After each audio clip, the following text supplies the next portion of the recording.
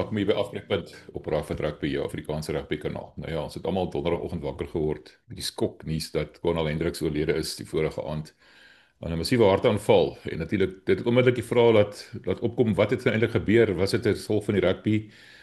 En ek moet sê die Bulle het uit hulle pad uit gegaan om 'n speler wat nie meer vir hulle speel nie, maar nog steeds deel was van hulle familie hulde te bring en dinge duidelik te maak. Baie vroeg het die persbeampte van die Bulle reeds 'n persverklaring uitgestuur en gereël vir 'n perskonferensie 11:00 die oggend met die Bulle se CEO Edgar Rathbone. En hy het daar gesê ook op 'n baie roerende manier dat weet dis van die waarskynlik die moeilikste perskonferensie wat hy in sy lewe nog moes doen.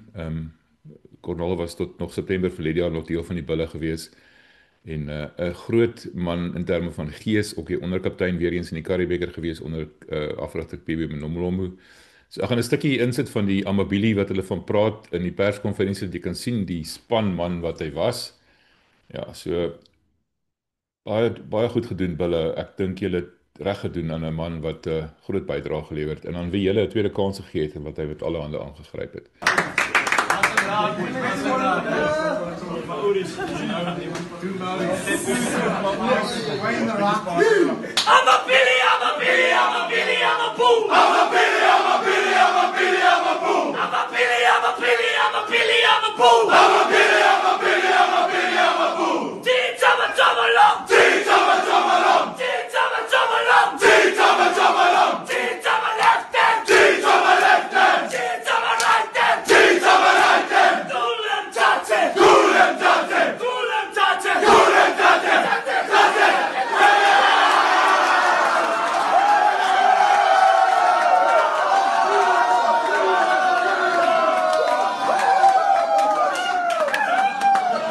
Dus ek het ook gesê het in die perskonferensie, Cornel was 'n man wat omgegee was aan gemeenskap.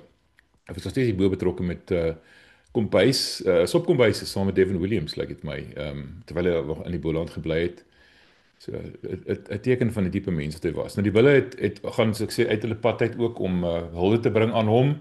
Die naweek die wedstryd teen die Dragons, die 14 minuut gaan daar is oomblik van stilte gehandhaaf word om die nommer 14 is natuurlik sy nommer, omdat hy so vinnig die vleuel was vir die bokke 5-3 gedruk het. Dis ek dink nog 'n roerende manier om hulde te bring aan hom en natuurlik ook die vlaag gaan halfmas gehang word. Natuurlik as ook die geleentheid vir ondersteuners om elke oggend van 6:00 tot 7:00 die aand, 6:00 oggend tot 7:00 aand, blomme of huldeblikke te gaan lê voor die bil op Lofte se hoof ingang. Dis tot volgende Vrydag die 23ste Mei. Ek dink dis 'n regtige unie wat uit sy pad uit gaan en ek dink 'n paar ander manne kan dalk 'n paar lesse leer. Ons weet daar's ander spelers wat sukkel met gesondheidsprobleme en hartprobleme. Ons kan nie regtig veel daaroor sê nie. Dis nie ons plek om oor te praat nie, maar partykeer is dit ook nodig om 'n bietjie meer oop kaart te speel daaroor. Die feit dat Cornel dood is nie as gevolg van die feit dat hy rugby gespeel het nie. Ek het dit duidelik gemaak dat of hy nou rugby gespeel het of nie rugby gespeel het, die probleem is nog steeds daar. So ja, dit is met groot hartseer dat ons vir Cornel totsiens sê. Ander nuus hierdie week natuurlik is die JRC se laaste ronde, die Bulle speel teen die Dragons, die Lions speel teen die Ospreys, die Sharks speel teen die Scarlets en die Stormers speel teen Cardiff. Ek noem dit in my video wat ek met Hugh Griffin gedoen het op ons Megafoon Rugby Engelse kanaal. Ek sê die skakel hierbo. As jy wil verstaan waar kom hierdie Wallisers vandaan, lyk of hulle ons ingeval het. Hy vertel ons baie mooi wie's wat 'n span kom van waar af. Is lekker om altyd so 'n bietjie van 'n agtergrond te hê, nie net wendig net op die eie span te fokus nie. So, verduidelik waar kom Cardiff vandaan? Hoekom is die Dragons so swak?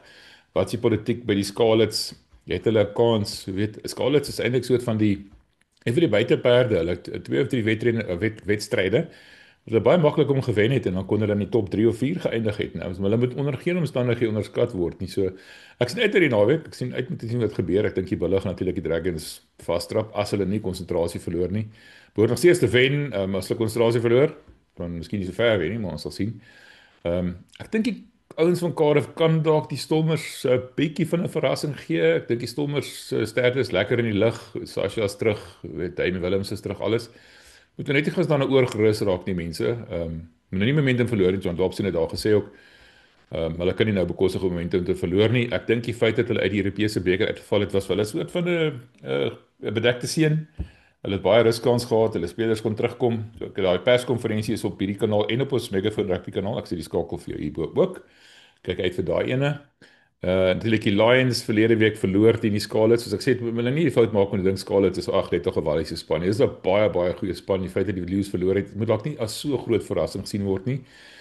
Maar dat daar onmin in Leeuland is daar geen twyfel oor nie. Rugby 365 gister 'n baie interessante artikel geplaas. Ons vriend Jan de Koning is natuurlik die redakteur daar, gaan lees bietjie daar.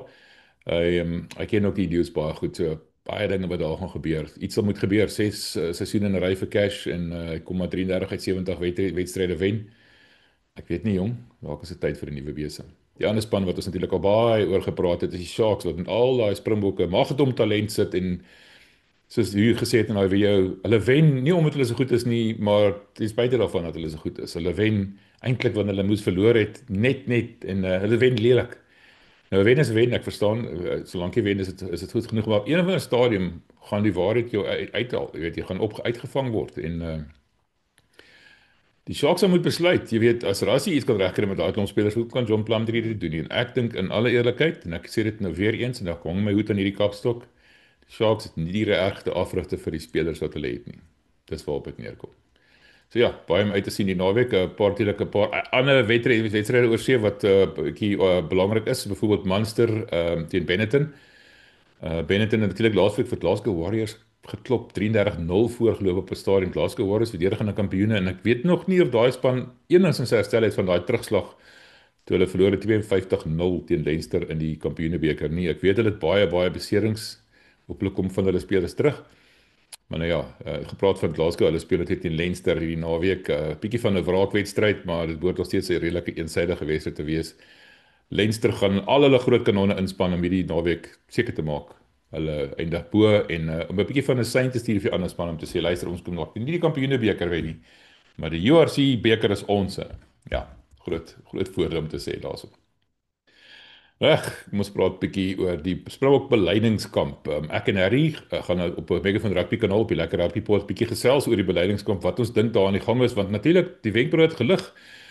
Ek en Harry en Andre het 'n reeks wat ons gesels oor elke week gesels ons oor 'n ander posisie in die Springbokspan en hierdie week het ons toevallig gesels oor die Springbok nommer 8 en volgens Harry is Evan Roos in die binnebaan gewees om oor te neem by Jasper Wiese. Hy is die speler wat volgens hom die beste vorm het, die meeste talent het.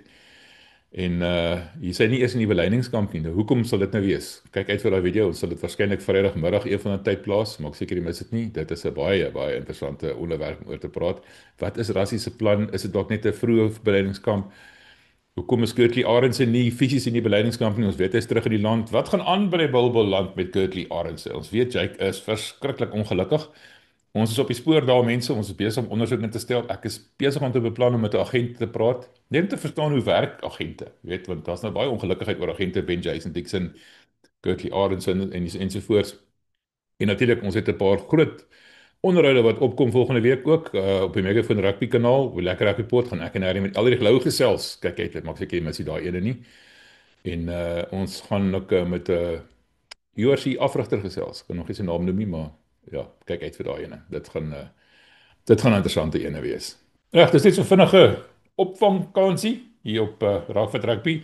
Was 'n bietjie van 'n anderste week gewees hierdie week. Harry was in die hospitaal en 'n paar dinge het nie lekker uitgewerk nie. Natuurlik die ding met Cornal, dit is almal se planne omvergewerp.